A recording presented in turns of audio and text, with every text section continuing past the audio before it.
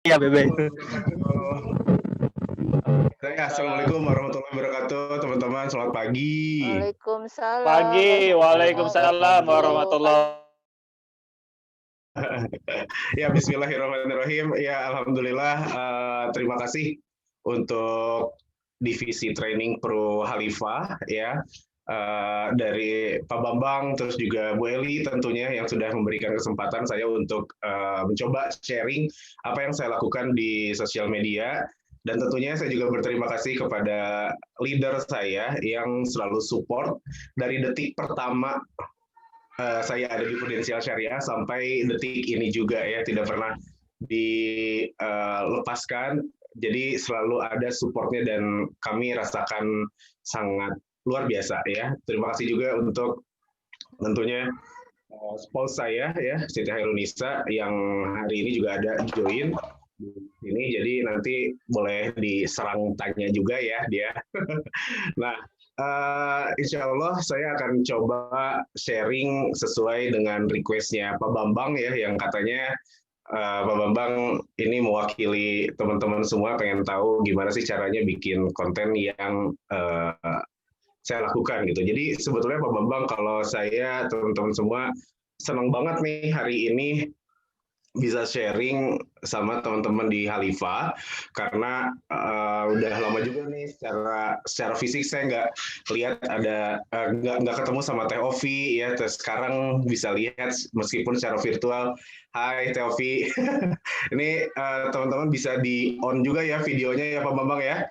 Nah Yes. ini saya coba share screen materi yang ingin saya share sama teman-teman. Mudah-mudahan teman-teman bisa ikutin apa yang mau saya share ini ya. Bentar. Sudah muncul belum ya?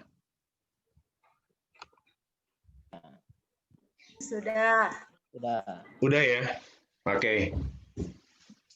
Udah, sip.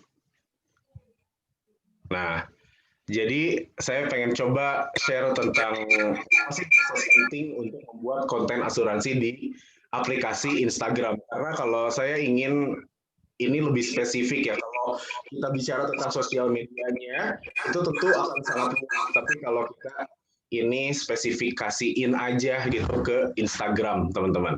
Ya, oke. Dimulai dari teman-teman kita sendiri tahu ya kalau dunia ini mengalami perubahan. Jangan sampai teman-teman sendiri ini nggak ikut perubahannya. Kenapa? Karena kita bisa ketinggalan, teman-teman. Bisa kena disruption. Teman-teman bisa dengar sendiri kalau disruption ini bisa dalam tanda kutip membunuh semua usaha ya, atau enggak karir kita juga gitu. Banyak profesi yang hilang, banyak produk yang hilang kalau kita nggak ikut ke arus yang ada di dunia saat ini gitu. Nah, yang paling kentara adalah Internet of Things, teman-teman. Nah, Internet of kehidupan kita dari internet ini ada sampai ke entah sampai kapan ya. Mungkin ada yang menggantikan internet atau enggak, kita nggak pernah tahu. Nah, Internet of Things ini dipakai sama orang di segala aspek kehidupannya, teman-teman. Dari mulai dia bangun tidur sampai tidur lagi, itu semuanya menggunakan internet. Ya. Nah, kalau dulu marketing dilakukan dengan secara tradisional, ada mouth to mouth ya, terus juga lewat surat kabar, lewat newspaper, lewat tabloid ya.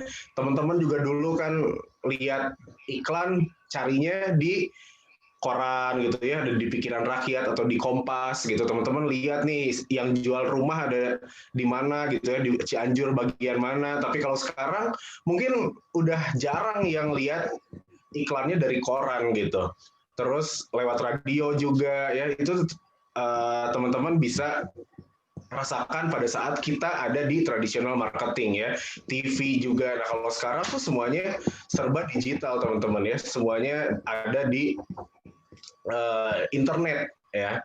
Nah, internet sendiri itu kalau kita bisa runcingkan lagi, ini tuh kita berbicara tentang handphone, teman-teman. Ya, handphone ini luar biasanya dia mengambil pekerjaan banyak hal dari kalender, kalkulator, surat, terus alarm ya kalau lihat di gambar ini, terus telepon, kaset, CD ya, terus kamera, terus radio, itu macam-macam tuh bisa dilihat dari handphone coba teman-teman ya. Bahkan TV aja sekarang bisa dilihatnya di handphone. Banyak kasusnya teman-teman di TV, orang-orang yang punya program gitu ya, itu justru lebih sedikit yang nonton pada saat live di TV dibandingkan dengan jumlah penonton di YouTube-nya gitu. Nah, itu tuh terjadi di masa seperti ini. Ya, jadi semuanya aspek-aspek kehidupan kita tuh udah banyak dilakukan di satu handphone aja.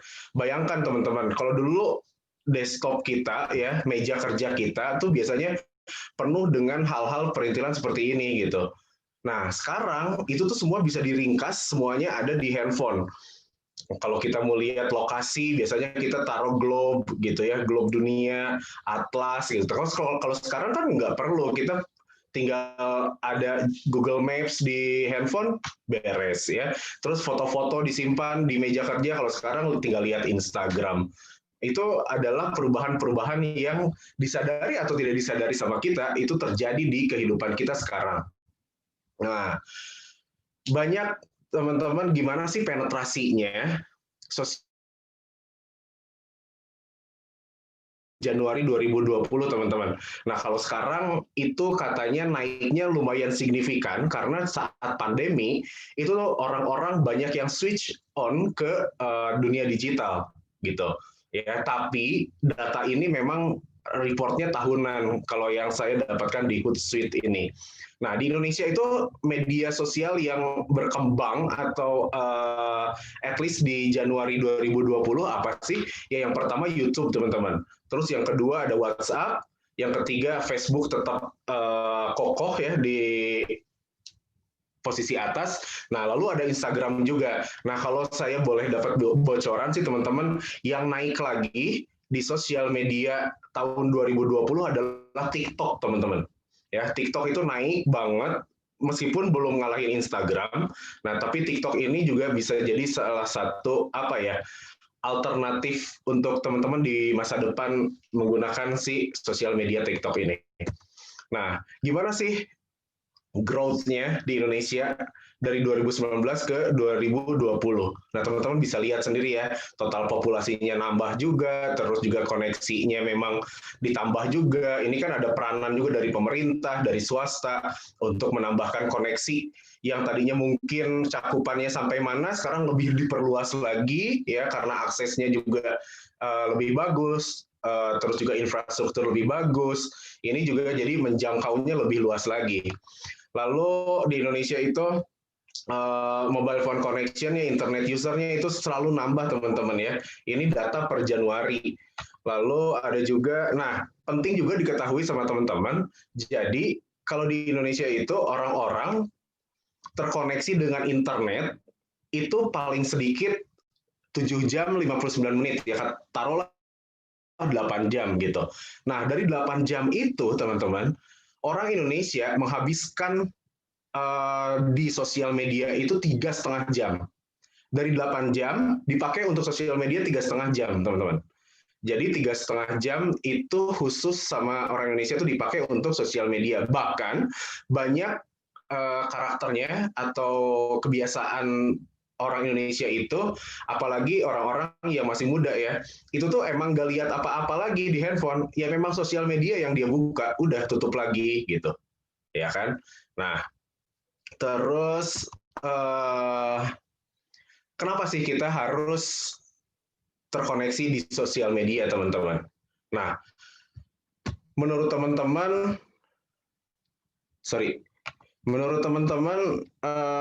kenapa sih kita harus terkoneksi sama sosial media? Nah, teman-teman boleh chat dong, saya pengen tahu menurut teman-teman kenapa kita harus terkoneksi dengan sosial media. Entah itu menyangkut bisnis, entah itu menyangkut kehidupan kita. Nah, kalau yang saya pengen tahu sama teman, bikin teman-teman kira-kira kenapa ya saya harus ada di sosial media untuk bisnis saya ya, untuk bisnis nih teman-teman. Boleh chat ya, biar kita ada interaktif. Boleh teman-teman.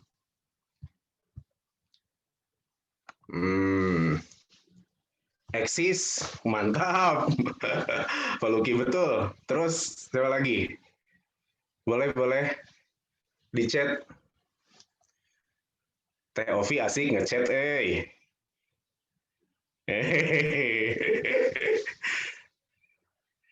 Coba chat. Kira-kira buat teman-teman, kira-kira kenapa ya? Kok saya harus ada di sosial media gitu?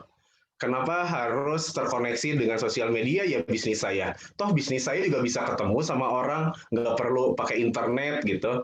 Apa coba? Tidak ketinggalan zaman, oke? Ada lagi? Hampir betul. Oke, saya sambil jawab ya teman-teman ya. Nah, jadi betul sekali Bu Eli. Yeay. Marketnya luas banget yang ada di sosial media. Pasarnya sangat luas. Kita nggak bisa kontrol pasarnya bahkan. Ya. Terus yang kedua adalah biayanya relatif murah, efisien, dan efektif. Bayangkan, kalau Teh Kiki misalnya mau ketemu sama prospekan, Teh Kiki mau ketemu sama temannya, Teh Kiki mau ketemu sama saudaranya, mungkin nggak perlu keluar bensin, ya nggak, Teh Kiki? Nggak perlu keluar untuk ketemu jajanin di kafe gitu ya, nggak perlu jajanin kopi, nggak perlu jajanin nasi goreng gitu. Ya udah, kita terkoneksi aja di sini. Nah, lalu yang ketiga adalah lebih mudah dan cepat kita untuk membangun hubungan. Kalau dulu kan misalnya saya mau membangun hubungan dengan Teh Ovi gitu ya, saya mau approaching, saya mau fact finding, mungkin ada 2 hari sekali, terus minggu depan ketemu lagi, belum lagi janjinya seperti apa. Nah kalau sekarang kan tinggal di chat, tinggal bikin, kasihlah komentar-komentar di Instagramnya gitu ya. Nah seperti itu lebih mudah dan cepat memperkuat hubungan kita dengan calon nasabah. Terus data juga lebih terukur teman-teman. Datanya kan kita bisa kelihatan. Oh jumlahnya followers gue segini nih gitu ya. Terus juga kita bisa lihat yang saya follow tuh siapa aja, berapa orang gitu ya. Pokoknya yang unsurnya seperti data-data itu semuanya bisa lebih terukur kalau melalui sosial media ini. Nggak Nah, jelas terus itu Ijal, tulisan itunya nggak jelas. Slide-nya. Slide-nya, oh kalau di saya sih jelas ya. Sebentar.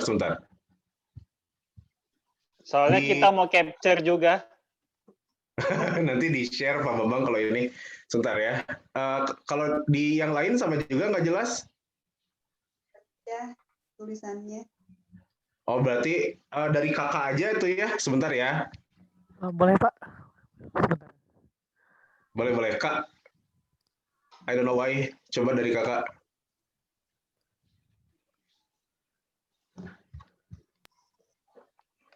Sebentar.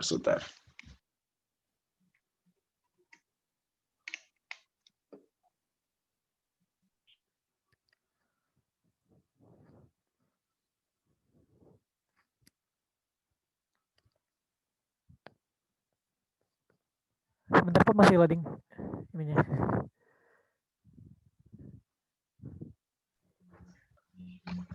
Gimana Kak? Udah? Sebentar, masih loading. Ya. Kira-kira tadi yang nggak jelas dari mana ya, Pak Lana? Dari slide-nya nggak jelas, jadi buyar. Oh, siap. Sebentar. Lanjut yang tadi, Pak. Iya, lanjut yang tadi aja, Kak. Ini, dah. Sebentar.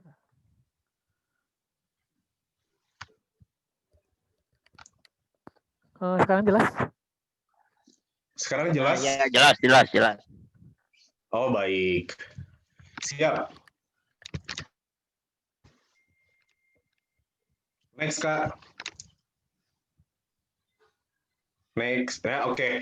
Nah, Lalu yang kelima teman-teman, ini tuh kita bisa 24/7 istilahnya. Jadi 24 jam selama 7 hari itu ya apa namanya buka pikirannya teman-teman di sosial media itu selalu bisa dibaca loh teman-teman ya. Kalau kita misalnya saya mau prospek Pak Bambang gitu, saya datang ke Cianjur.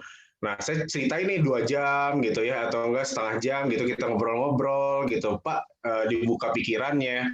Itu kan ya udah dan bisa didengar sama Pak Bambang aja gitu. Nah, kalau ini selama 24 jam 7 hari, nah tulisan saya ini bisa dilihat sama Pak Luki, tiba-tiba dibaca sama Teh Sri, dibaca sama Pak Cahya gitu kan. Nah, itulah teman-teman si sosial media ini bisa bikin materi kita selama 24 jam 7 hari selalu bisa dinikmati sama yang lain. Makanya kita nggak bisa bikin yang jelek-jelek. Kalau yang jelek-jelek makanya suka ada istilah apa namanya track record digital katanya ya. Jadi ketangkep gitu yang dulu-dulu pejabat ini ngomong apa gitu. Nah, itu tuh gara-garanya ini. Nah, terus yang keenam, kita bisa bikin community dari followers itu. Mungkin yang sudah dijalankan dari CJ7 itu Teh Eda ya. Teh Eda itu kan dia bikin komunitas yang dia hasilkan dari orang-orang yang datang ke linknya dia gitu. Nah, itu tuh sebetulnya aset untuk kita bangun komunitas supaya market kita bisa menghasilkan gitu. Nah, intinya teman-teman, sosial media ini tujuannya adalah kita bikin orang kenal kita dulu, baru ingat kita. Setelah ingat, mereka harus suka nih sama kita. Dari suka, barulah ada alasan dia untuk closing di kita. Nah, dari closing itu, barulah dia akan closing lagi dengan cross-sell kita, atau enggak referensi yang dia kasih. Itu tuh katanya,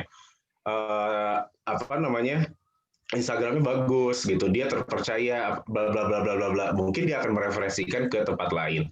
Jadi sebetulnya teman-teman, gimana sih caranya bikin konten yang menarik? Nah, menariknya ini menarik yang siapa gitu. Jadi nggak harus viral, nggak harus menarik ini bikin seperti apa gitu ya, yang misalnya teman-teman membayangkannya seperti apa, enggak, tapi yang namanya menarik itu menarik sesuai kebutuhan market kita gitu. Belum tentu loh saya bikin konten menarik untuk Pak Bambang dan itu menarik juga untuk Pak Lana, belum tentu, ya kan? Jadi memang sesuai kebutuhan dan sesuai market kita gitu. Jadi market kita yang harus dikenali. Saya juga masih banyak harus belajar teman-teman. Nah, lalu next Kak, dari tadi ya kita cerita tentang kenapa sih harus sosial media. Jumlah pengguna Instagram Indonesia teman-teman itu ada 66 juta. Ya, 66 juta pengguna Instagram di Indonesia, besar banget teman-teman. Bayangkan kalau dari produk Indonesia sekarang 270 juta ya. Terus 66 jutanya pengguna Instagram. Sayang kalau kita nggak coba untuk ambil dari situ. Kalau teman-teman bisa lihat di grafiknya ini kan yang besar itu dari 18 ya, 18 ke 34 gitu. Taruhlah misalnya yang kita ambil makan 25 sampai 44 atau enggak 54 gitu ya. Nah, karena yang masih kecil, yang masih belum berpenghasilan juga kan sulit ya untuk kita edukasi. Oke, next Kak. Taruhlah misalnya dari 66 juta pengguna Instagram Indonesia, next Kak. Nah, usia produktifnya misalnya 50% aja. Dari 66 juta itu kita bisa coba edukasi ke 33 juta users. Ya, coba lagi Kak, terus next. Nah, jangan semuanya deh. Teman-teman coba ambil 10%-nya dari 33 juta, ya, itu 3,3 juta users. Kalau 1%-nya 330.000 users. Terus Kak, kalau misalnya 0,1-nya itu 33.000 users. Terus Kak, lebih kecil lagi 0,01% potensial market kita atau bahkan 0,001 potensial market kita itu ada 330 users. Mau nggak teman-teman punya nasabah baru 330 users dari ketekunan teman-teman di sosial media. Wah gila, ya kan? 330 market users ini nanti tiba-tiba dia bisa mencabang lagi, bercabang lagi, tentu dengan profesionalisme kita ya, yang kita tawarkan sama mereka. Ini dari 330 users ini mungkin oke banget. Katokanlah misalnya dari 330 users ini kita cuma bisa grab 100 users lah. Masih oke menurut saya. Ya kan? Nah, next Kak. Next lagi. Oke. Jadi kita harus ngapain dong? Ya jangan jualan. Lucu ya, di sosial media itu kita nggak boleh jualan. Karena kita tuh butuh mengedukasi mereka, bukan butuh uang mereka untuk membeli produk kita, bukan gitu. Tapi memang kita tuh mengedukasi mereka sampai sebegitu pentingnya, gitu. Makanya kita tidak disarankan untuk jualan hard selling. Udah nggak bisa lagi tuh misalnya, Pak Bambang, saya kan adik Pak Bambang, ayo dong Pak Bambang, 1 juta 1 bulan masa sih nggak mau gitu. Ayolah Pak Bambang bantu saya. Nggak gitu teman-teman, kalau di sosial media kita aja tiba-tiba di komen atau di direct message mau pelangsing tubuh yang cepat, gitu kan kita nggak mau juga gitu kan ya, tiba-tiba dikasih jualan kita juga nggak suka gitu. Next Kak.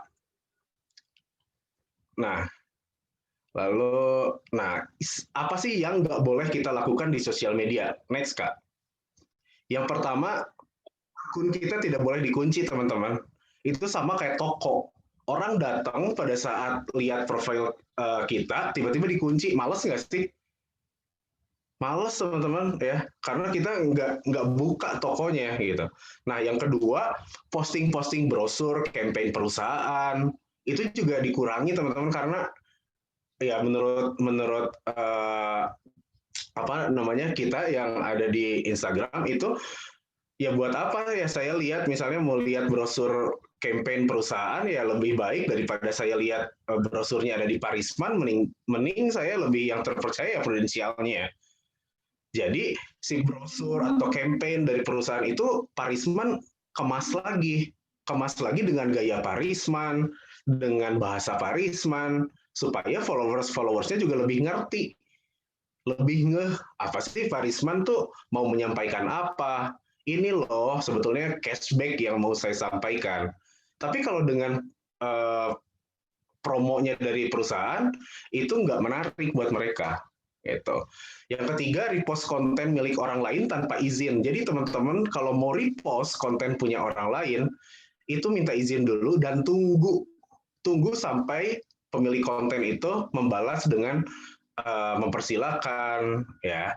Itu baru boleh kita repost lagi. Lalu yang keempat, menjelekkan produk, perusahaan lain, nasabah kita maki-maki misalnya, karena kita misalnya geram gitu ya sama nasabah yang tiba-tiba nggak jadi atau apa ya, terus tiba-tiba kita jelek-jelekin gitu di sosial media. Oh no, itu bakal berbalik lagi sama teman-teman. Ya, kita juga nggak boleh curhat jelek tentang tim kita, itu juga nggak boleh teman-teman ya. Terus berusaha memasarkan ke semua target market. Nah ini dia teman-teman, ini yang banyak dilakukan sama agen asuransi di sosial media. Kita tuh berusaha memasarkan ke semua target market dari usia 20 sampai 60 karena itu bisa kita jadikan nasabah, terus kita pengen semuanya di situ. Ya nggak bisa teman-teman, kolamnya terlalu besar. Dan di sana persaingan terlalu besar. Gitu. Kapan kita dapatnya ya akan jadi sangat sulit sekali gitu. Next Kak.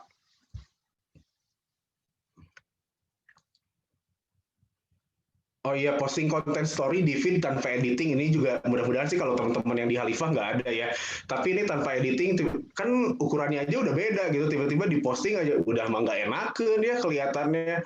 Ya nggak bagus gitu teman-teman kalau asal nyaplok dari story ke feed tanpa editing. Yuk lagi Kak. Nah, harusnya sih seperti ini teman-teman, alur datangnya followers ya calon nasabah seperti ini. Misalnya nih, postingan Ibu Nisa itu ketangkep sama seseorang yang Bu Nisa tuh nggak kenal. Nah, dia reach out nih, dia pengen lihat. Nah, pada saat reach out, terus dia juga pas dilihat-lihat kontennya seperti apa, nggak kepo. Dia nggak pengen tahu lebih banyak, ya hilang, udah selesai. Nah, tapi ketika dia ada keingintahuan, dia akan visit profilnya Bu Nisa. Jadi visit profile itu akan sangat menentukan teman-teman. Nah, visit profilnya Ibu Nisa, dia nggak suka, dia hilang. Tapi karena kalau dia suka, dia akan follow. Visit profile itu yang harus dilihat apa sih? Ada feed, ada bio-nya, ada profile picture kita, mudah enggaknya kita diakses, gitu. Nah, kalau dia suka, dia akan follow. Nah, dari follow itu bangunlah hubungan. Nanti kalau dia sampai kapanpun tidak memberikan respon, ya kalau di sini tulisnya enggak DM gitu ya, enggak DM ya hilang. Tapi kalau DM itu dia bisa diteruskan sama teman-teman supaya jadi teman akhirnya gitu. Jadi teman, barulah dari teman itu ada kemungkinan untuk closing teman-teman ya. Kemarin kalau teman-teman juga dengar ya ada sharingnya dari Bapak Oki ya, itu Oki yang directnya dari Pak Windu, itu juga dia banyak melakukan hal serupa di Instagram, dan dia tuh benar-benar dari yang nggak kenal, dibangun hubungannya, jadi nasabah, jadi tim gitu. Nah, seperti itu teman-teman ya. Lanjut Kak. Nah, di Instagram pun itu nggak ada hasil yang instan teman-teman. Jadi marketingnya tuh seperti ini, marketing sales funnel-nya yang ada di Instagram ya seperti ini. Kita punya 100 target nih, misalnya Pak Bambang dengan teman-teman sepedanya ada 100 orang nih. Nah, dari 100 orang, Pak Bambang tuh harus bisa berhasil memikat, entahlah dari postingannya, entahlah dari komen-komennya gitu ya. Nah, dari situ barulah mungkin dari 100 itu kita ambil angka pesimis ya. Ambil angka pesimisnya 10 lah yang bisa Pak Bambang jadikan masukkan ke name list. Gitu kan. Kenapa mereka bisa dimasukin ke name list? Itu karena ada interest. Ada keingintahuan dari mereka tentang apa sih yang diceritakan sama Pak Bambang gitu. Nah, nanti dari interest itu, dari 10 orang yang udah dimasukkan ke name list, mungkin 3 nih yang bisa kita mulai untuk prospecting. Kenapa si 3 ini? Karena dia punya desire, dia punya keingintahuan lebih lanjut dari sana. Nah, dari desire ini, mungkin kalau angka pesimisnya lah, ini ada satu customer yang jadi nasabah barunya Pak Bambang. Itu kenapa? Dari action yang Pak Bambang lakukan. Gitu, dari trial closing juga gitu. Oke, Kak, lanjut.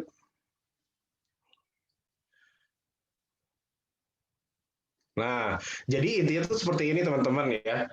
Dia kalau tadi kan saya bilang profile visit itu penting banget ya. Nah, ketika dia visit profilnya teman-teman, itu dia akan lihat feed teman-teman kayak apa, konten yang teman-teman sajikan seperti apa, bio teman-teman seperti apa. Nah, nggak jauh dari itu, mereka akan follow. Coba aja teman-teman misalnya pikir ya, kenapa teman-teman follow sebuah akun yang akun itu tuh bukan teman dari teman-teman gitu. Ya, atau bukan saudaranya teman-teman gitu. Nah, misalnya Teovi punya akun yang Teovi follow, tapi dia tuh bukan teman Teovi, bukan saudaranya Teovi. Itu kenapa? Pasti sebabnya adalah ini, bio-nya bagus, feed-nya oke, kontennya oke, gitu.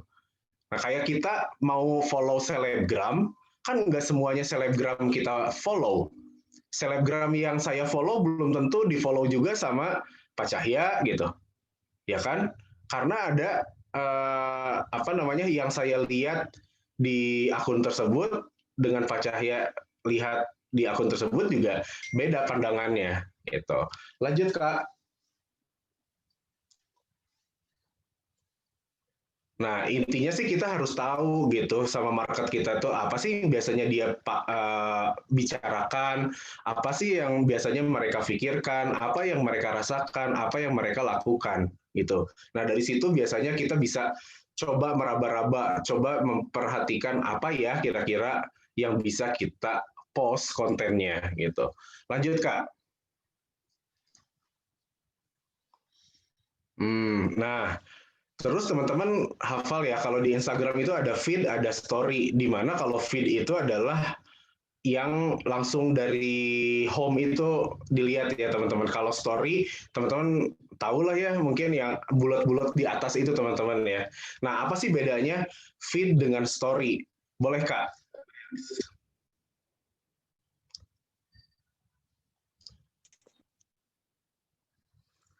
Next. Nah, ini bedanya teman-teman ya. Kalau di feed, itu kan postingan kita bisa di-keep selamanya. Tapi kalau di Instagram Stories, itu 24 jam hilang. Meskipun kita bisa lihat apa yang kita post di story itu di archive ya, di arsipnya teman-teman.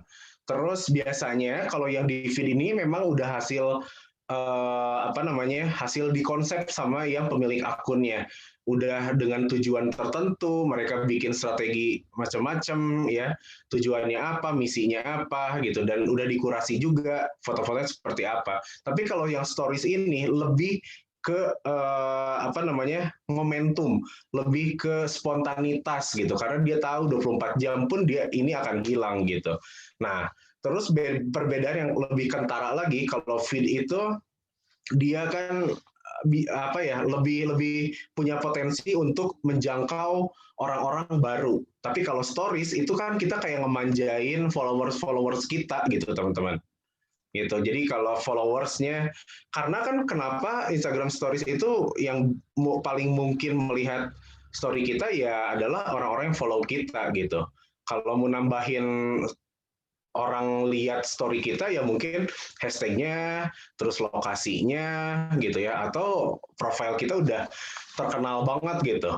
Meskipun saya nggak follow Raisa misalnya, tapi saya pengen tahu nih, Raisa kemarin waktu jalan-jalan ke Bandung ngapain aja. Nah mungkin saya akan visit profilnya Raisa, terus dilihat story-nya ada apa aja kemarin di Bandung gitu. Terus lanjut Kak. Ini kita udah masuk ya Instagram. Nah, marketing konten formula itu sebetulnya kalau teman-teman ya mau nyempetin waktu untuk baca buku namanya Contagious, ini yang bikin adalah Jonah Berger. Ini dia ngejelasin tentang 6 steps. Ya, steps-nya ini memang dilebihin P-nya 1 karena ini formula yang dia buat sendiri gitu ya. Ada 6 langkah yang biasanya jadi konten yang menarik untuk followers kita. Yang pertama itu social currency, teman-teman. Jadi social currency itu kita biasanya memang banyak berhubungan dengan yang lain gitu ya. Kalau kita kelihatannya nggak pernah bersosialisasi, itu juga akan sulit, teman-teman ya, untuk dijadikan konten. Terus yang kedua, gimana caranya? Ini trigger ya, yang tag ini, trigger ini artinya gimana caranya pada saat orang berpikir tentang asuransi, dia akan ingat Bu Eli gitu. Nah, itu gimana caranya supaya Bu Eli ini jadi diingat sama orang-orang, sama followers Bu Eli gitu. Yang ketiga, dari setiap konten itu kita harus memasukkan unsur emosi. Karena penjualan itu biasanya lebih besar terkait karena emosi. Itu. Kalau logika itu biasanya nggak akan manjang, tapi kalau emosi yang bermain tuh biasanya long last, teman-teman. Lalu maju lagi ke publik, teman-teman. Nah, publik ini konten-konten yang terkini gitu ya, teman-teman ya. Jadi memang apa sih yang biasanya sekarang lagi bagus terus dikaitkan dengan postingan kita gitu. Nah, mungkin apa ya, kalau waktu zamannya ada aplikasi Face App, teman-teman. Nah, itu Face App itu kan dari CJ7 kalau nggak salah Pak Agum ya. Pak Agum tuh sempat posting yang dari red card ke black card itu dengan konsep si Face App gitu. Biasanya kita dari wajah seperti ini terus jadi lebih kaset gitu ya, pakai Face App. Nah, kalau ini lebih kasetnya itu diibaratkan dari red card ke black card-nya si Prudential gitu. Itu bagus banget sih. Terus kita juga harus kontennya practical value. Practical value itu lebih ke apa ya, terpercaya gitu. Kenapa tadi orang ingatnya Bu Eli? Ya karena Bu Eli sering posting tentang asuransi jiwa gitu. Apa sih manfaatnya kalau kita punya asuransi jiwa? Apa sih manfaatnya kalau kita memiliki asuransi syariah daripada konvensional? Nah, praktikal ini jadi lebih dianggap praktisi yang terpercaya gitu, teman-teman. Ya, itu dia. Nah, terus yang terakhir adalah stories. Stories ini gimana caranya kita bisa mengemas cerita-cerita ke dalam konten kita. Nggak sedikit, teman-teman, yang powerful, konten-konten yang dibangun atas dasar cerita. Coba aja misalnya teman-teman kayak yang udah punya banyak nasabah gitu ya, terus cerita tentang klaim, insya Allah itu tuh biasanya lebih powerful daripada teman-teman cerita tentang produk doang gitu. Nah, dari steps ini ditambahlah AIDA copywriting formula. AIDA itu yang tadi, teman-teman, attraction, interest, desire, sama action. Nah, ini tuh udah kayak rumus pastilah kalau di marketing gitu ya. Ini tuh jadi memang harus ada attraction-nya, harus ada interest-nya, desire, sama action-nya. Jadi teman-teman kalau caption itu biasanya apa ya, kalau nggak caption misalnya bikin karusel pun itu tuh harus ada apa ya yang bikin follower saya kira-kira tertarik. Terus apa ya dari hal itu yang bisa bikin follower saya pengen tahu lebih lagi gitu. Nah, barulah teman-teman masukkan desire-nya sama action-nya. Action-nya itu kayak, yuk mulai sekarang teman-teman hubungi tenaga pemasar yang teman-teman percaya misalnya. Yuk teman-teman boleh DM saya. Yuk teman-teman klik link di bio saya untuk tahu lebih lanjut. Hal-hal seperti itu adalah action, teman-teman. Maju lagi, Kak. Nah, jadi teman-teman si konten-kontennya itu, ini either teman-teman bisa entertain, bisa munculin edukasi gitu. Pokoknya gimana caranya followers teman-teman itu engage. Engage itu kayak lebih ke apa ya? Bisa ada ikatan gitu ya.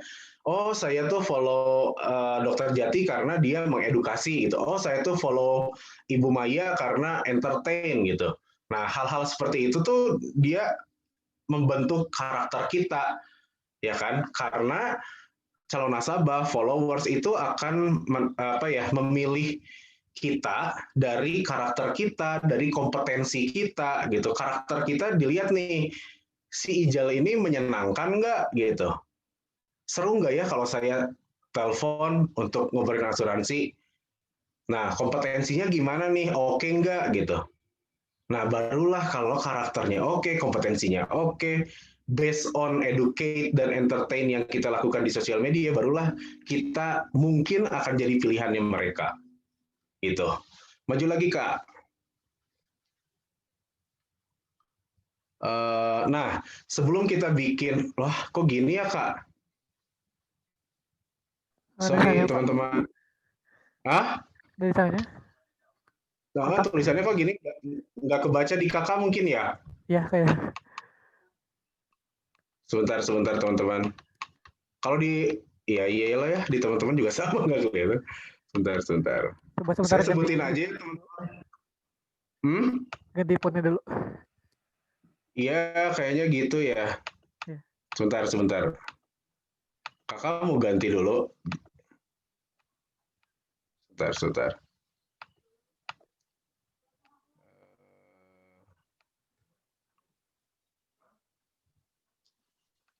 Yang mana ya, Kak, tadi? Oh, ini. Sebentar. Teman-teman, ada yang mau berkomentar dulu? Boleh sambil nunggu. Nanti jawabannya mungkin ada di belakang atau nanti bisa kita ngobrol. Oh ya, ini dia. Tap lagi, Kak. Keluarin aja dulu semuanya, nggak apa-apa. Nah, udah, cukup. Nah, teman-teman, halo. Mas, jangan. Turun. Nah, oke. Nah, Teman-teman masih pada ada? Nih saya kayak lagi ngomong sendiri. Halo. Hadir. Yolo. Oh iya. Oh iya ada ya. Oke. Nah, jadi sebelum kita siap untuk post, itu yang harus kita cek and recheck adalah niche, teman-teman. Nah, ini yang paling penting teman-teman bisa dapetin setelah selesai training ini, teman-teman. Bukan training atau ya sharing ini, teman-teman. Jadi tentukan dulu niche, teman-teman. Niche itu adalah market yang gua banget, yang mungkin bukan nggak bisa ya, mungkin emang bukan marketnya Parisman. Ini marketnya saya banget yang mungkin bukan marketnya Teh Ovi gitu. Jadi misalnya nih Parisman ya, Parisman punya komunitas nge-gym, Nah, dari nge-gym itu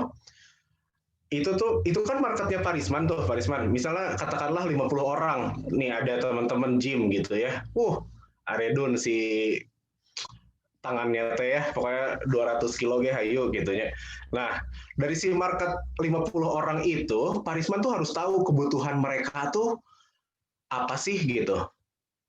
Yang paling banyak apa, yang menengahnya apa, yang paling sedikit kebutuhannya apa. Nah, karena kita ada di dunia asuransi, nah inilah yang harus kita sodorkan solusinya. Oh, ternyata dari teman-teman marketnya Parisman ini banyak yang belum punya perlindungan biaya rumah sakit. Itu problem dong. Nah, jadi Parisman ini punya solusinya. Nah, niche-nya Parisman berarti adalah orang-orang yang nge-gym usianya berapa, ya, ekonominya berapa, ekonominya di level mana. Nah, udah itu niche-nya Parisman tuh udah itu. Konten, profilnya Parisman, udah kejar ke situ. Kan Parisman yang tahu sukanya seperti apa gitu. Jadi niche itu tidak akan diganggu sama user lain Parisman. Jadi saya nggak akan bisa masuk ke niche itu, ke market itu. Jadi blue ocean versus red ocean itu. Jadi gimana caranya kita membangun laut biru sendiri buat kita sendiri daripada kita bersaing di laut merah dengan semua orang. Itu teman-teman. Terus dicek juga username kita. Jangan sampai tiba-tiba username-nya teh alay pisan gitu ya. Rizal cute gitu. Tah, ulah kikituan lah gitu ya. Jadi nggak profesional gitu ya. Terus profile picture kita juga harus dipikirkan, bio kita juga harus dipikirkan. Nah, bio itu teman-teman, itu harus bisa menjawab apa sih yang sedang teman-teman lakukan. Jadi misalnya kalau Parisman yang tadi ya, dengan niche yang tadi, misalnya membantu teman-teman gitu ya, misalnya membantu kamu yang sedang berolahraga untuk memiliki perlindungan bla bla bla bla gitu. Jadi memang si bio ini memang harus disesuaikan dengan niche. Jadi ketika orang yang tadi udah kena nih sama postingan-postingannya Parisman, itu pas dia lihat, iya bener ini mah gua banget gitu. Nah, nanti setelah pahaminya, Parisman juga tahu nih interaksinya seperti apa gitu ya. Mungkin bisa berangkat dari kekhawatiran teman-teman di gym itu, misalnya bisa aja kita nggak pernah tahu kan, tiba-tiba ketarik otot gitu, tiba-tiba kecelakaan gitu ya pada saat training gitu, workout gitu. Nah, itu udah punya perlindungannya belum? Nah, itu kayak gitu. Jadi emang dilihat dari si pasar kita sendiri itu. Nah, makanya kita harus punya unique selling point. Nanti unique selling point-nya itu disesuaikan dengan apa yang kita bisa. Unique selling point itu apa sih? Jadi misalnya kayak tadi ya, ini kita ambil kasusnya yang Parisman aja ya, biar nyambung dari atas. Nah, yang Parisman ini unique selling point-nya kira-kira kalau teman-teman saya ini saya kasih nuansa Instagram saya warna pink, oke nggak ya? Kan enggak gitu. Tapi kalau misalnya dikasih warna hitam gimana? Nah, unique selling point ini akan Parisman terus pakai. Ya, jadi kalau teman-teman misalnya lihat ada beberapa Instagram account ya, yang dia tuh konsisten gitu terus postingannya. Nah itu tuh udah unique selling point. Jadi ketika kita lihat postingan apa gitu, postingannya kita belum lihat siapa yang ngeposting, tapi karena kita udah tahu gaya postingannya seperti itu, ini pasti Dr. Radit misalnya. Nah kayak gitu, ya itu unique selling point. Jadi kita harus punya keunikan tersendiri gitu, kayak KFC, CFC gitu, KFC, McD, mereka punya karakteristik kan, kayak Starbucks gitu. Nah kita gimana caranya bisa keluar dari agen asuransi yang lain. Nah, Pak Risman ini harus kelihatan sendiri doang sama si teman-teman gymnya gitu.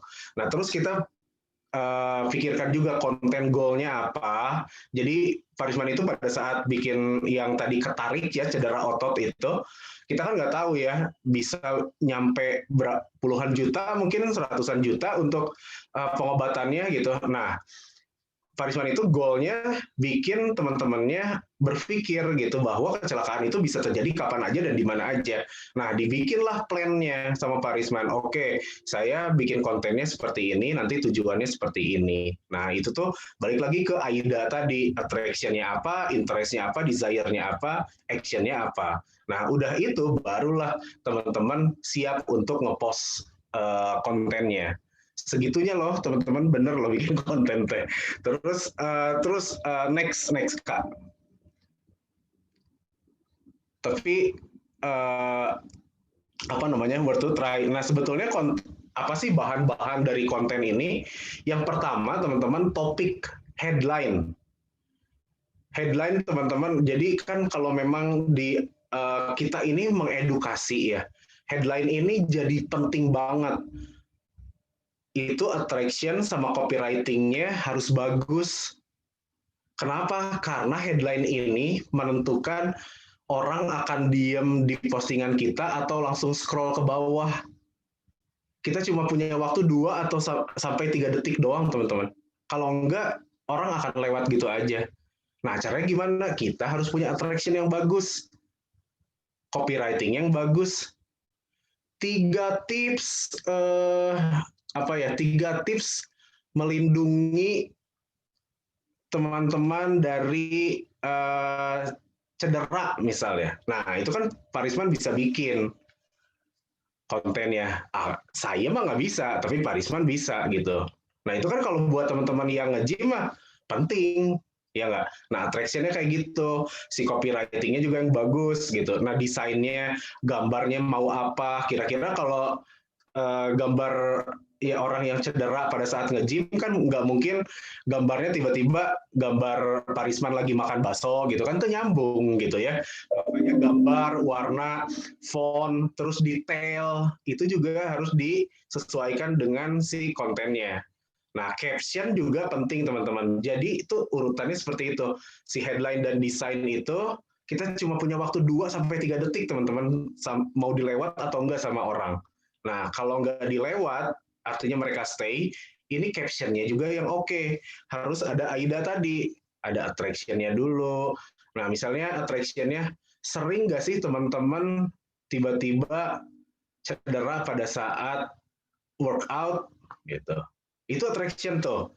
Baru interest-nya nanti apa gitu ya, dari si kasus tersebut, nanti desire-nya apa, action-nya apa. Nah, teman-teman harus melindungi karena kita tidak pernah tahu apa yang akan terjadi pada saat kita workout gitu misalnya.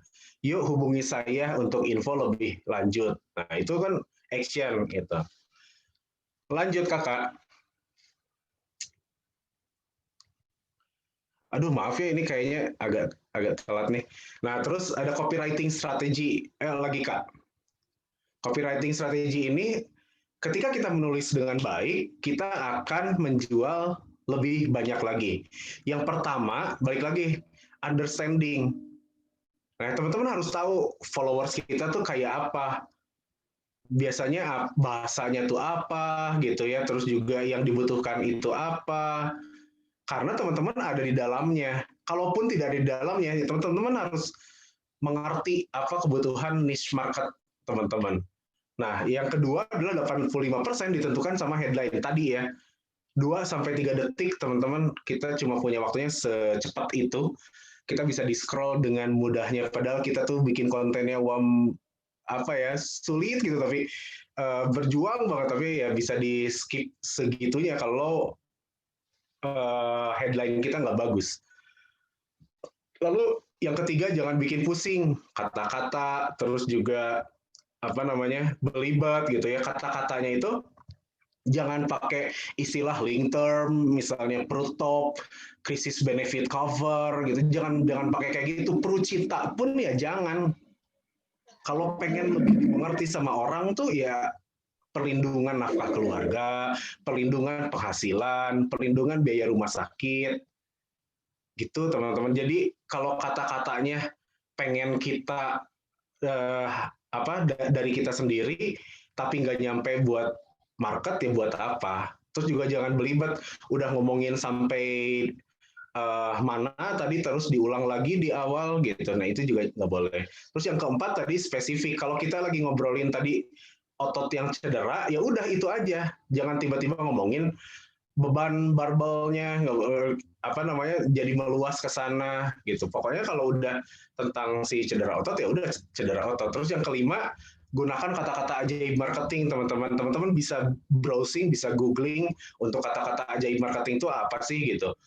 Sering kan teman-teman kayak lihat di Line Today, lihat di artikel-artikel internet sekarang, terus lihat di judul-judul YouTube gitu. Itu kan bahasa-bahasanya gitu ya. Cara mudah mendatangkan naon gitu ya. Ya yang inilah trik spesial yang ya kayak gitu-gitulah teman-teman. Setidaknya itu menggugah orang-orang untuk apa nih gitu. Yang penting jangan clickbait ya, harus relevan tetap. Nggak boleh clickbait. Itu katanya cara mudah untuk mendatangkan cara mudah untuk menyelesaikan workout misalnya, tapi dalamnya enggak itu gitu. Nah itu juga nggak boleh teman-teman, itu namanya clickbait, nantinya bisa ke spam sama si Instagram juga. Terus yang keenam, eye catching ini mungkin kalau di caption ya, itu tuh jangan terlalu panjang tanpa spasi, tanpa dijeda sama enter gitu ya, dijeda sama paragraf sampai nggak enak gitu. Orang juga kalau kepanjangan horemoge bacanya gitu ya. Itu. Terus yang ketujuh itu tuh bisa ask more gitu. Jadi lebih ke banyak nanya gitu teman-teman ya. Coba bayangkan ketika kita workout dalam keadaan happy, tiba-tiba cedera kita bikin keluarga kita sedih. Apa yang akan teman-teman lakukan gitu? Kalau kita tidak punya perlindungan sekarang, mau kapan? Nah, misalnya kayak gitu-gitu, teman-teman. Ya, lanjut, Kak. Apalagi ya? Nah, ini terus Kak, buka. Nah, ini kalau si visual itu bisa kayak gini ya, contoh-contohnya ada grafik, ada foto, ada video, animasi, quotes gitu ya, screenshot. Nah, teman-teman, ini color, ini tentang warna yang nanti teman-teman pilih sebagai karakternya teman-teman. Ini tuh sebetulnya bisa disesuaikan dengan karakter teman-teman sendiri. Kalau merah tuh kenapa, kalau kuning kenapa, kalau hijau kenapa gitu ya.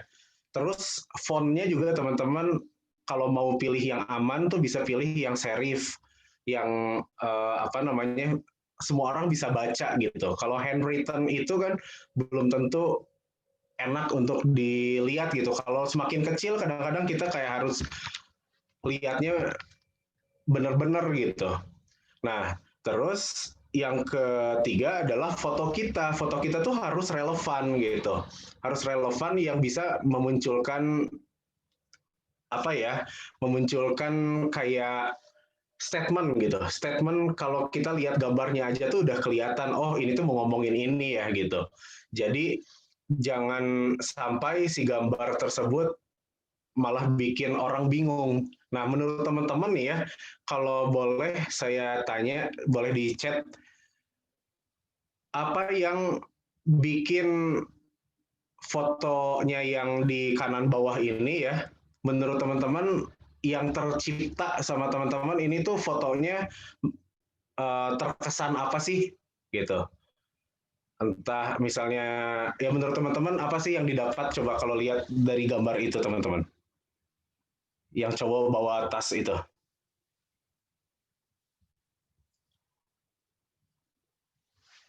Apa yang teman-teman bisa dapat dari gambar itu?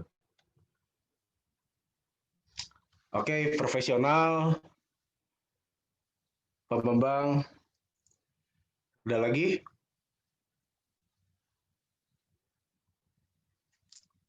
Sukses. Ya betul teman-teman. Jadi dari gambar ini aja kita tuh udah bisa nangkep profesional, sukses. Nah, karena didukung si foto ini ya dari outfitnya dia, dari tasnya dia, dari gedung-gedung gitu. Itu kan kelihatan ya, kita secara psikologis tuh melihat bahwa si gambar ini adalah orang yang sukses di pekerjaannya. Lanjut Kak. Nah, dari situ gambarnya itu bisa diolah lagi sama teman-teman supaya jadi seperti ini. Nah, ini kan bisa jadi headline yang baik gitu, headline yang bagus. Headline yang bisa mengattract orang-orang untuk diem dulu nih selama 2-3 detik. Gitu. Jadi sebelum di-scroll, ini dia bisa diem dulu. Nah, pastiin teman-teman punya fotonya yang high res. Jangan yang pecah gitu teman-teman ya. Yuk lagi Kak, lanjut. Tuh, Nah, kalau yang saya lakukan adalah seperti ini. Jadi saya pengen aja rapi gitu, bahwa dari kan saya tahu ya Instagram itu ada 3 kolom, 3 kolom, 3 kolom. Nah, saya tuh pengen rapi aja dari orang-orang yang visit ke profile saya tuh pengennya lihatnya rapi gitu. Jadi nanti saya tuh mulai kemarin sih ya gara-gara kemarin postingan yang kuning itu mungkin saya akan bikin yang seperti itu. Nah, jadi yang paling kiri itu adalah yang paling sekarang kelihatan paling atas, terus kalau di scroll ke bawah, itu hasilnya akan yang tengah, di scroll bawah lagi itu akan yang paling kanan gitu teman-teman. Lanjut Kak. Nah, kalau di story itu teman-teman ini kan dia lebih lebih dinamis karena dia yang tadi ya 24 jam hilang gitu. Nah, kalau yang feed ya yang tadi teman-teman feed itu teman-teman pokoknya dalam seminggu itu 3 lah post itu oke teman-teman. Ya jangan 1 minggu nggak ada gitu. 1 minggu 3 post di feed oke. Terus kalau yang feed di story, bagusnya sih teman-teman nggak boleh lebih dari 4 jam sekali. Kita punya konten untuk di-post, kita punya konten untuk di-post, kita punya konten untuk di-post. Nah, kalaupun saya misalnya lagi nggak ada konten, atau memang saya lagi pengen meng-up lagi ya, postingan saya yang dulu gitu ya. Nah, kayak ini ya, yang paling kiri, ini kan ruginya punya asuransi. Nah, itu kan dari feed kita, itu tuh bisa kita naikin lagi gitu ke story teman-teman. Harapan saya ya pengen orang yang waktu itu nggak lihat feed saya itu jadi bisa berkunjung lagi ke sini gitu. Nah terus kalau yang kedua itu saya bikin beneran dari awal ya dari apa namanya si kontennya tuh saya riset dulu nih kira-kira apa ya yang dibutuhkan sama niche saya. Nah, ini tuh jadi saya bikin headline-nya seperti ini, asuransi apa ya yang harus keluarga saya miliki. Nah, setiap konten yang saya buat itu di akhirnya selalu ada action. Kalau di story itu dia bisa seru sih teman-teman actionnya. Teman-teman bisa bikin polling, teman-teman bisa bikin question, teman-teman bisa bikin react, terus teman-teman juga bisa bikin DM gitu ya. Tapi yang paling seru sih kalau buat saya question sama polling, karena dari si polling dan question ini bisa kita follow up lagi orang-orang yang menjawabnya gitu. Nah kayak gini ya, actionnya adalah menurut teman-teman di masa adaptasi COVID, nah adaptasi untuk hidup berdampingan dengan COVID-19 seperti ini, kita semua semakin perlu asuransi atau enggak gitu. Nah kan tentu ada yang asli harus punya, iya juga ya makin perlu ya. Nah kalau saya sih memang bikin pilihannya yang positif dan positif gitu. Ya jarang untuk saya bikin positif dan negatif gitu. Jadi kalau yang seperti ini, nah kan nanti tuh kelihatan nih orang-orang yang menjawabnya siapa aja. Misalnya ada Pak Risman nih ngevote. Nah dari situ saya message Pak Risman, thank you for participating. Betul Pak Risman, hari ini kita harus punya asuransi karena Pak Risman, boleh kalau saya jelaskan lebih lanjut, ini cerita aja gitu. Nah, nanti kita lihat respon Pak Risman seperti apa. Lanjut. Nah, saya juga kadang-kadang posting yang seperti ini gitu ya, biar kelihatan sama follower saya bahwa ya memang saya berprogres di sini dan saya memang mengerjakannya juga serius ya, memang sampai kerja kelompok gitu ya, meskipun sama partner sendiri gitu. Terus juga ada progresnya dilihatin sama followers kita bahwa kita juga udah ada klien-klien yang percaya sama kita nih gitu ya. Terus yang ketiga, setidaknya ini akan memperlihatkan sama followers kita bahwa kita punya hubungan yang baik dengan mereka gitu. Jadi mereka juga punya kemungkinan yang sama kalau mereka menjadi nasabah. Maju. Hehehe, kerja kelompok ya. Biasanya kerja kelompoknya itu disubmit sama leader. Nah, terus juga prestasi. Kalau teman-teman mah lebih hebat lagi. Bisa top agent ditampilin, bisa lagi jalan-jalan ke luar negeri ditampilin ya. Itu tuh bisa banget lah. Kalau saya kan cuma punya segini. Kayak tadi Sunday Punch ya. Saya juga cari-cari tuh foto yang saya di Santorini, di Berlin. Ternyata emang belum ke sana. Nah terus ya, nah jadi kayak gini teman-teman bisa ditampilin aja sama teman-teman kayak apa ya, pencapaian lah gitu ya. Next Kak. Story itu kadang-kadang bisa lebih interaktif sih kalau yang saya alami. Nah ini juga belajar teman-teman supaya followers kita, calon-calon nasabah kita juga percaya bahwa kita punya kompetensi yang bagus gitu, senang belajar. Artinya kan akhir-akhirnya buat siapa sih kalau kita belajar? Buat mereka teman-teman, buat nasabah, ya kan? Buat tim juga gitu. Nah seperti itu. Jadi kita memang, saya sih udah saya senang belajar gitu. Jadi saya sering share ini juga sama follower saya. Lanjut. Nah, kalau enggak juga saya tuh biasanya postingnya seperti ini, teman-teman. Ada sisi religinya, karena kan kita juga sama-sama ya bergerak ada di ekonomi syariah, gitu. Jadi ada keterikatan dengan agama yang kita yakini.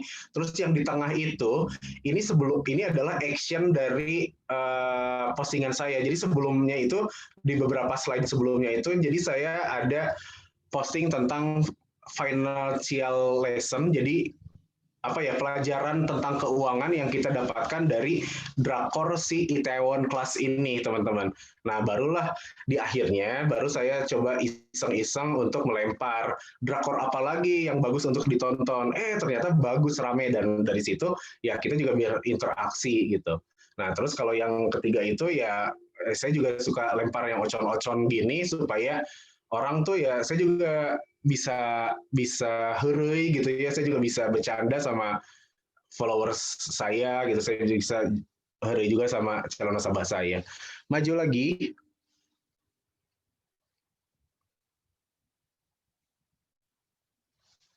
Nah, jadi apa sih yang bisa kita post? Ini teman-teman, daily-nya teman-teman, hobinya teman-teman, interest-nya teman-teman, keluarga teman-teman, teman, kolega, customer, community, apa yang lagi trending, apa yang lagi viral, terus teman-teman juga melakukan charity, helping support, gitu ya, achievement teman-teman, business activity, misalnya kayak gini aja itu sebetulnya bisa jadi value yang baik kalau teman-teman bisa menyampaikan Zoom ini di story dengan baik gitu, atau di feed dengan baik. Customer objection ini penting juga teman-teman, customer needs ya. Kalau untuk keluarga muda misalnya apa sih biasanya jadi objeksinya. Nah, itu tuh bisa jadi bahan konten sebetulnya. Terus juga motivasi. Nah, terus penting juga untuk kita mempercayai produk dan company kita. Makanya ada kan teman-teman yang sering posting klaim, posting produk gitu. Itu karena memang kitanya trust gitu. Nanti teman-teman bisa menyampaikannya dengan gaya sendiri. Kenapa harus gaya sendiri? Supaya nyampe ke followers teman-teman sendiri. Maju-maju. Masya Allah di sini udah azan loh. Sebentar ya.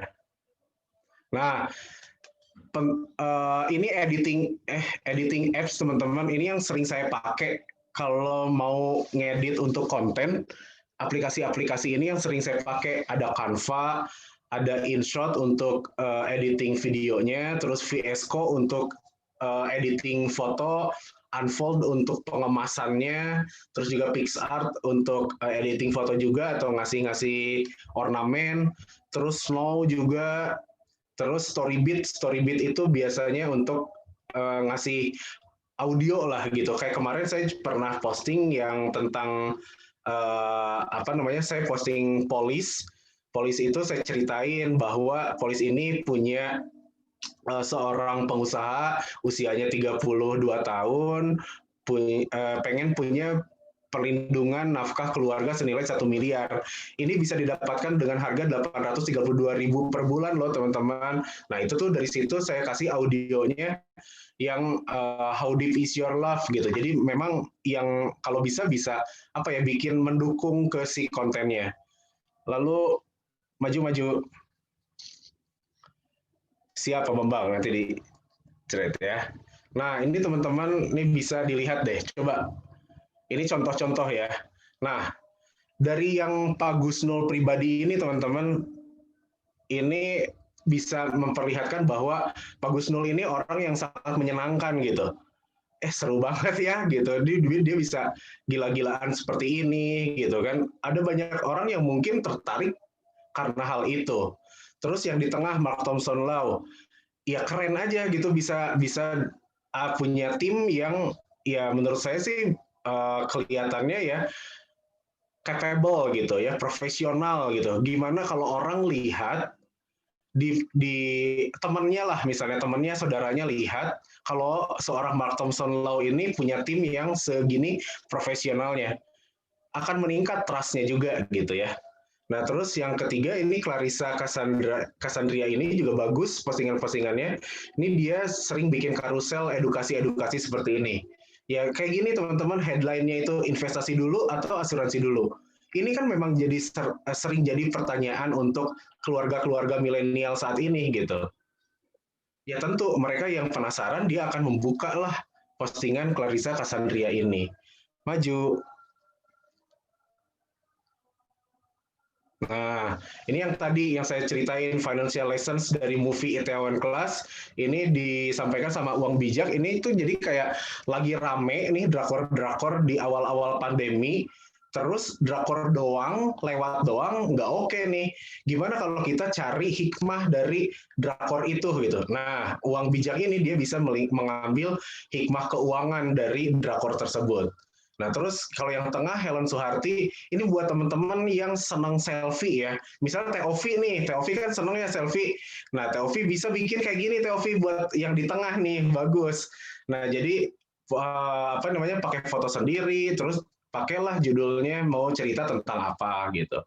Nah, terus yang ketiga, ini yang powerful teman-teman. Ini karena memang terjadi ya, ada klien claim story. Nah, story-story kayak gini tuh pasti powerful karena kita yang cerita, kita yang ngalamin ya, itu pasti bagus hasilnya. Kalau dilihat dari likersnya aja ada 960 ya. Nah ini tuh baguslah teman-teman, apalagi kita kalau punya kemampuan untuk menceritakannya dengan baik. Lanjut.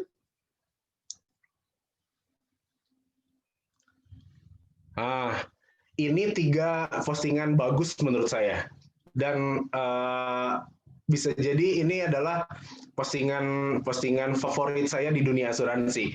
Nah, yang pertama itu yang dari Clarte Everett ya. Clarte Everett itu dia pas banget, dia bikin momentum pada saat film Joker itu rame, terus orang-orang pada bikin meme tentang orang jahat adalah orang yang Nah, dia bikin disambungin dengan asuransi. Orang jahat itu adalah orang baik yang suka melarang orang di sekitarnya beli asuransi. Itu keren pisan gitu ya.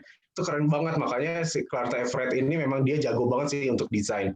Nah, terus yang tengah, ini bagus banget ya. Teman-teman kalau lihat Dokter Jati memotivasi di panggung biasa, tapi kalau memotivasi di postingan sebagai KPM owner, ya sebagai leader, itu keren pisan. Kalau menurut saya ya, Dokter Jati mah memang udahlah, bikinnya yang gini-gini aja. Bikinnya kayak gini-gini. Motivasi-motivasi aja. Gitu. Kalau menurut saya sih jadi ngingetin ya, terus memang coba aja lihat ya kalau kayak yang Dokter Dandung gitu, terus lihat kayak Ricky Hutomo gitu, terus lihat leader-leader tuh biasanya memang isinya tuh lebih ke motivasi lah gitu ya. Nah, terus yang terakhir ini adalah postingan yang kalau menurut saya tadi adalah postingan paling saya favoritkan. Simple tapi gila sih captionnya.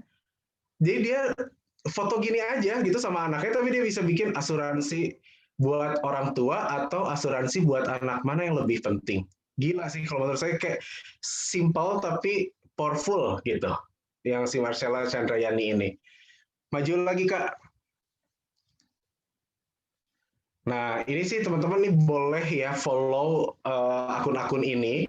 Nah, yang paling kiri itu saya rekomenkan untuk teman-teman, ini mereka adalah agen-agen asuransi ya, agen-agen asuransi, ada Sindisi, ada Cici Asuransi. Nah, Cici Asuransi ini juga bagus banget ya, dia dapat username-nya ya udah Cici Asuransi gitu. Bagus ya, Clarta Everett, Westi Anggarani, terus Clarissa Cassandria, kalau yang di tengah ini rombongan adalah akun-akun di mana teman-teman bisa ambil pelajarannya. Pelajaran tentang sosial media. Ada Benjamin Loh, ada Eric Goes Global, William DJ, PPC Creator. Ini tuh orang-orang yang mengajarkan gimana caranya konten teman-teman bisa lebih bagus lagi. Gitu. Supercat malah ini dia ngajarin tentang copywriting yang baik itu kayak apa. Gitu. Nah, terus kalau yang paling kanan ini adalah akun-akun bukan perseorangan atau mungkin juga perseorangan, tapi dia pakai akunnya lebih ke nggak personal ya, ada Finansialku. Nah, ini juga teman-teman bisa ambil, biasanya sih kalau saya suka dapat apa ya, ide-ide konten lah, tema konten gitu. Nanti dari situ saya bilang saya mau save ini untuk saya bikin versi sayanya, dan mereka sih sangat-sangat open dari situ. Lanjut Kak, ya ATM aja sih dari mereka, dari amati, tiru, modifikasi, dari situ aja.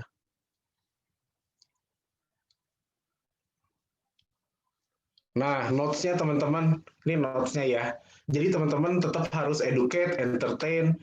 Nah, terus yang kedua harus saling support. Kalau menurut saya ya, itu tuh powerful banget. Saya biasanya misalnya sama Pak Risman, kalau sama leader udah pasti ya. Kalau sama Pak Risman, sama Pak Agung, sama Dr. Radit, biasanya saya sama teman-teman di Live Vision itu juga suka saling komenin, saling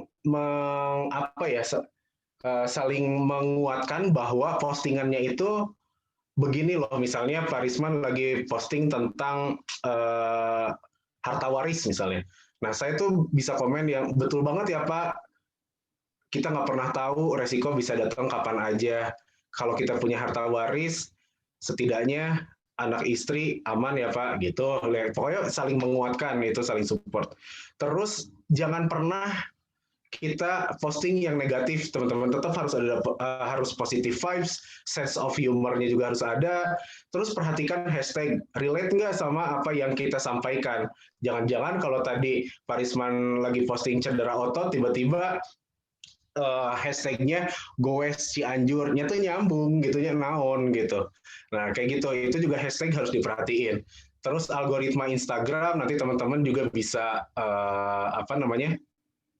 bisa pelajari lebih dalam.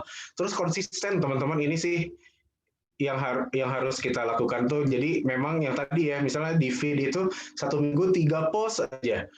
Tapi waktunya tuh dipikirin gitu teman-teman, nggak boleh kayak yang kosong 3 hari gitu. Nah, itu konsisten teman-teman. Terus di story-nya juga nanti makin jago deh teman-teman pasti.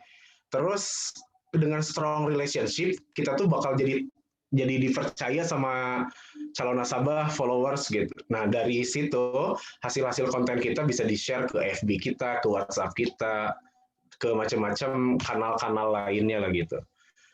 Lanjut Kak, kayaknya udah ini. Iya, oke. Sip. Udah selesai teman-teman ya. Hapunten pisan nih sama Pak Bambang, sama Bu Eli, ini molornya lumayan. tapi itu tadi, iya itu. Tapi ini sih sebetulnya teman-teman ya, kalau mau ada bahasan lainnya ya, konten juga sebetulnya pembuatannya itu bisa dibahas lebih dalam lagi. Cuma kalau belum dijelasin yang ininya, bikin konten tuh jadi makin susah dan makin apa ya, terlalu keluar jalurnya gitu. Harusnya ngerti dulu ininya sih gitu. Gitu. Sip. Jadi ada Itu seri 2 kali ya, ya. panjang ini teh gitu. Ada seri 2. Ada patuh. Gitu. Boleh teman-teman ada yang mau ngasih respon, ngasih komen, boleh pertanyaan, boleh. MC, saya kembalikan lagi kepada Pak Lana. Ya. Luar biasa, Aijal, ilmu tentang konten-konten buat di medsosnya. Ini sekedar masukan aja buat di PC training ya, mudah-mudahan kalau sudah normal lagi, ini Aijal harus diundang nih ke kantor khusus spesialnya, karena saya juga harus banyak belajar dari Aijal untuk cara membuat konten-konten, terutama nanti aplikasi apa yang dipakai buat bikin konten-konten gitu. Siapa Lana? Ya. Ya. Ada yang ditanyakan atau ini teman-teman? Ya, luar biasa. Saya mau ini apa? Biasa. Salut lah sama AA ya. Ini mah bukan pertanyaan atau ada pertanyaan mah banyak banget ya soalnya. Cuma ini ya mau yang tadi Palana tadi kan pengen ngundang AA sebenarnya dengan cara seperti ini juga bisa ya Ayah. Kalau misalkan kita mau misalnya konten tadi sebenarnya pakai aplikasi apa sih bisa di-share, jadi nggak usah nunggu nanti, kan kita nggak tahu ya COVID ini sampai kapan ya, nanti keburu kemana ya gitu Pak Lana. Jadi kalau mau nanti kita bisa ngundang lagi nih kan ini kan baru sesi pertama ya Ayah, nanti ada sesi keduanya. Tapi luar biasa, makasih banget ya. Ilmunya luar biasa. Iya Pak Abul. Tahun 2021 harus leader. Amin. Sekarang Aijal mah kapasitasnya kapasitas agen, kualitasnya ada ini. Amin. Mudah-mudahan. Ya, melek banget dengan dunia ini. Bagus. Apalagi tadi ngeliat kontennya Pak Jati tadi yang ada foto Pak Jati, waduh. Itu keren banget. Itu keren itu karena ngelihat ya. Jadi kita terinspirasi itu kontennya.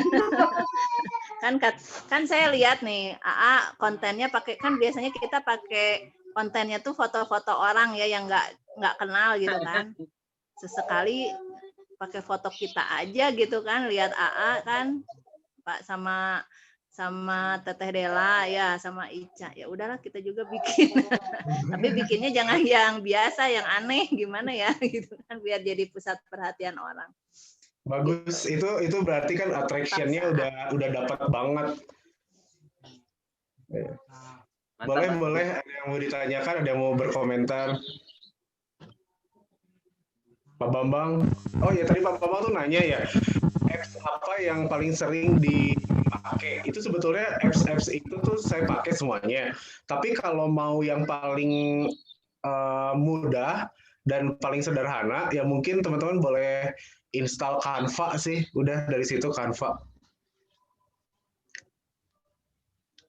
Nanti tinggal diulik aja si Canva itu bisa ngapain aja sih gitu. Sip, begitu. Yes. Aja. Iya. Hai, Pak Cahya. Assalamualaikum. Salam. AA bikin ini ya, bikin konten di Instagram. Ya, mengenal Instagram itu kan sebetulnya baru tahun berapa sih ya? Dari tahun berapa? Saya dari 2012 gitu ya. Tapi saya main Instagram itu 2014 lah. Baru 2015 sudah mulai mainin konten atau hanya Instagram aja? Iya, 2012 tuh ya posting-posting keseharian aja saya, teman-teman. Ya? Gitu. Kalau konten ini berarti kan baru berapa bulan ini mungkin ya? konten ini tuh saya sebetulnya si idenya mah udah dari tahun kemarin, Pak Cahya. Cuma baru diseriusin itu pas pandemi kali ya. Tapi kalau untuk yang agak-agak udah tahu untuk si Instagram itu harus rapi kayak gitu-gitu. Tapi untuk diaplikasiin ke akun bisnis saya yang di Prudensial Syariah itu 2019 awal. Makanya kalau di profile saya tuh yang paling bawah adalah selamat tahun baru 2019. Oh, iya. Ini kalau misalkan ini teman-teman kan ingin belajar nih konten ini teh, ini sekarang kan udah beberapa bulan ini lumayan fokus ya bikin konten ini, bikin feed kayak gitu lah, terus kayak gitu. Butuh waktu berapa lama sih ketika ada bikin suatu template menjadi konten ini, berapa lama ya? Sehingga dia bisa ya lebih spesifiknya lagi lah kayak tadi execute-nya, terus juga educate-nya sama exit-nya tuh butuh berapa lama sih bikin keseruan itu? Ya Pak Cahya, jadi kalau dulu ya saya tuh ngeditnya doang itu 2 jam satu konten. Ya kalau sekarang sih ada 15 menit, 20 menit udah jadi. Jadi sebetulnya ya, jadi itu sebetulnya yang lama itu biasanya mikir ininya loh Pak Cahya. Saya mau cerita tentang apa ya? Itu sih. Tema Tema. Jadi kalau sekarang saya itu sama istri bikin bank topik. Jadi udah punya banyak tuh 50 gitu, udah punya 20, jadi supaya nggak kehabisan kayak bikin name list meren ya Pak Cahya. makanya memang kita harus tahu dulu market kita tuh ada di mana gitu. Market kita ada di mana supaya topiknya ya udah mengincar itu aja. Suka nggak ya mereka kalau kita kasih ini gitu. Gitu sih Pak Cahya. Oke, berarti dalam 1 minggu butuh waktu berapa jam sih ya kira-kira ngebahas ini kan ada 3 kali postingan nih yang benar-benar yang harus disampaikan di postingan ini. Nah itu tuh biasanya Pak Cahya mau bersambung nggak dari satu ke yang lainnya, atau mau bikin temanya lepasan, tapi lepasan itu ya menurut Pak Cahya mau dibikinnya seperti apa, 1 slide aja, atau tahu kan kayak yang di feed-nya Instagram itu ada karusel juga yang bisa di slide 1, slide 2, slide 3. Nah itu bagus banget sih Pak Cahya. Itu Pak Cahya bisa coba bikin satu konten itu 5 slide lah. Satu post 5 slide itu. Biasanya nanti kalau udah enak bikin 7, bikin 10 gitu Pak Cahya. Gitu. Paling banyak 10 ya? Maksimal 10, betul. Terus saya juga sekarang tuh bikin postingan di feed jarang yang kotak sekarang Pak Cahya. Sekarang bikinnya yang 4:5. Itu tuh ngaruh juga supaya bocoran ya. Kalau kotak, kalau kita ada di home-nya orang, ada di feed-nya orang, kalau kotak itu orang tuh ngelihatnya ada sedikit postingan orang lain, entah itu di atas atau di bawah. Tapi kalau 4:5 karena tinggi, itu pada saat dia lihat gambar kita doang. Nanti barulah nanti dipikirin dari 4:5 itu, dari yang tinggi itu kotaknya ada di mana sih? Nah si kotaknya ini nanti akan kelihatan di feed doang gitu, di feed kita kalau di profile visit lah gitu. Gitu sih Pak Cahya. Pembahasannya sebetulnya ini tuh banyak ya. Nanti mah small step deh kalau bisa ya. Iya betul. Asli ini banyak bahasa awam juga nih teman-teman. Iya betul. Emang stepnya gitu sih. Ini usulan nih ya, kan untuk orang awam nih ya. Maksudnya kadang ya termasuk saya gitu kan.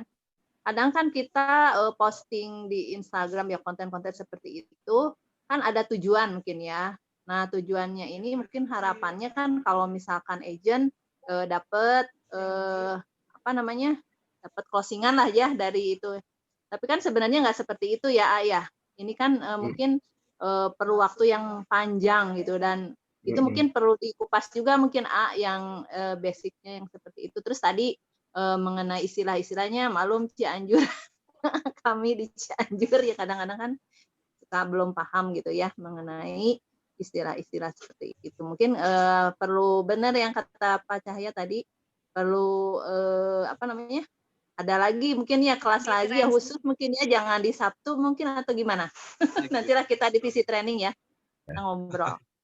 Iya, jadi emang betul ya di Instagram itu nggak bisa kita instan. Jadi kalau memang instan, artinya rezeki banget itu kayak pasti Allah lagi kasih bonus buat kita gitu. Tapi yang harus kita pahami, ketika kita bikin konten 10 biji, itu 5 biji, udah mau bikinnya susah, terus nggak ada yang nyaut, itu tuh nggak apa-apa. Memang prosesnya seperti itu. Mungkin ada orang yang baru lihat-lihat, ada yang pengen kenal dulu sama Pak Cahya gitu ya. Jadi memang it's okay gitu. Yang penting kalau menurut saya, latihan untuk bikin headline dulu, latihan untuk ngumpulin gambar dulu yang menurut teman-teman bisa, nih oke nih kalau kita bikin tampilannya kayak gini gitu.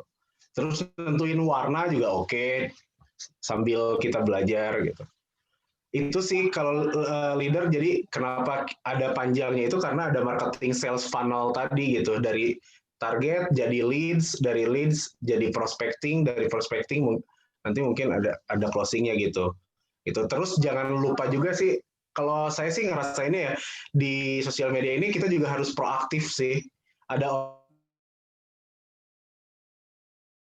followers yang ikut komen di story saya atau ikut nge-polling di story saya, itu saya tuh langsung ajak ngobrol gitu dari situ. Dan itu juga ya, kalau tadi minggu ini kan saya alhamdulillah dapat 4 closingan. Nah 2-nya itu dari sini, dari gara-gara saya konten ini ada yang nyaut gitu.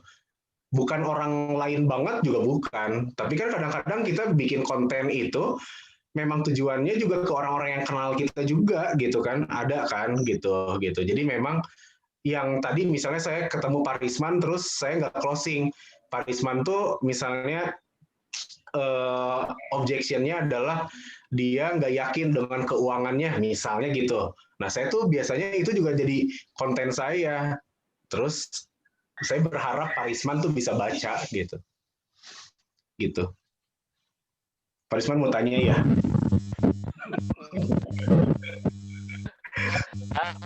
Keren banget. Pokoknya emang sih perlu belajar. Saya pun jadi hari ini tercerahkan ya. Emang kita sih jual diri ya. Artinya emang personal branding penting ya. Artian secara intern ataupun di luar sana gitu ya, kita juga harus membangun diri kita tuh lebih positif lagi, siapa sih diri kita gitu.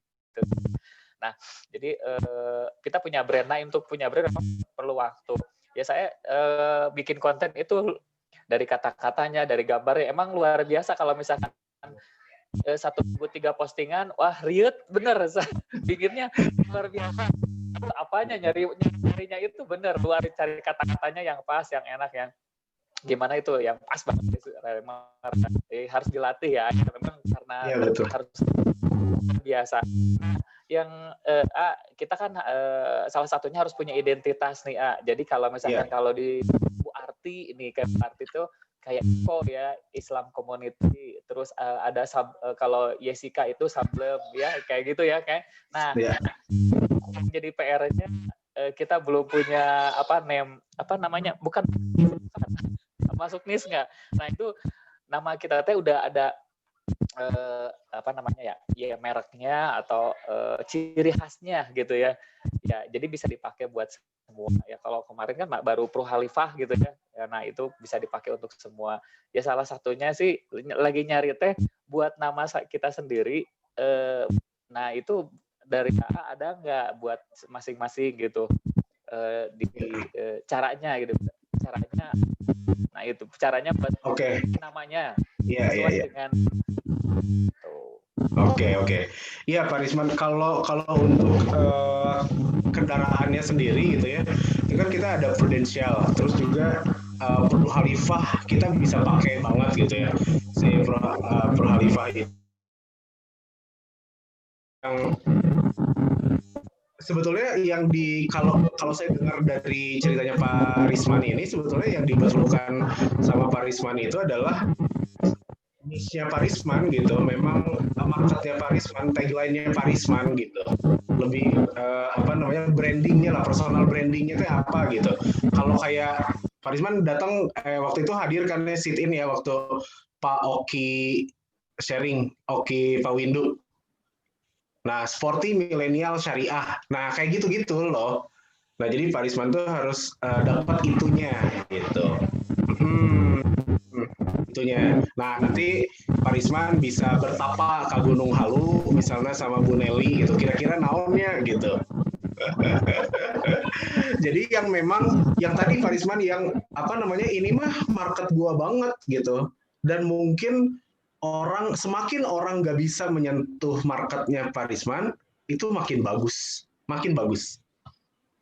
gitu.